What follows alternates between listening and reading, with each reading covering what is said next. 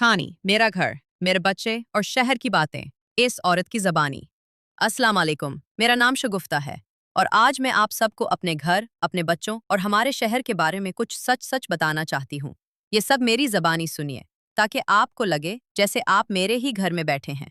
सबसे पहले तो हमारे घर की बात करूँ, तो मेरा घर कोई बहुत बड़ा नहीं, लेकिन अल्लाह का शुक्र है, हमें जितना चाहिए इतना सब कुछ मौजूद है। मेरे शौहर सरकारी मुलाजिम हैं और ज्यादातर दफ्तर में ही मसरूफ रहते हैं। घर की जिम्मेदारी तकरीबन मेरी ही है और मैं खुशी खुशी सब संभालती हूँ। मेरे 3 बच्चे हैं, बड़ा बेटा दानियाल, बेटी आयशा और सबसे छोटा अहमद। दानियाल 17 साल का है, एफएससी में पढ़ रहा है और अब इसका दिल ज्यादातर दोस्तों के साथ पार्टियों और घूमने फिरने में रहता है। हफ्ते में 2-3 बार वो दोस्तों के साथ बाहर जाता है, कभी बर्गर, कभी पिज्जा, कभी कैफे। कभी कभार मैं डांट भी देती हूँ कि बेटा जरा पढ़ाई पर ध्यान दो, इन पार्टियों का कोई अंजाम नहीं होता। आयशा 15 साल की है और उसका दिल ज्यादातर इंस्टाग्राम, फेसबुक और यूट्यूब पर रहता है। सुबह उठते ही मोबाइल हाथ में, रात सोने तक मोबाइल हाथ में।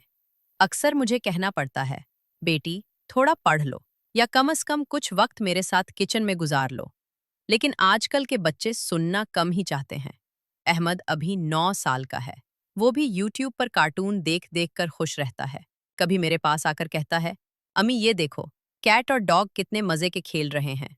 मैं उसकी मासूमियत पर हंस देती हूँ। अब आपको बताऊं मेरे घर का रोज का मामूल।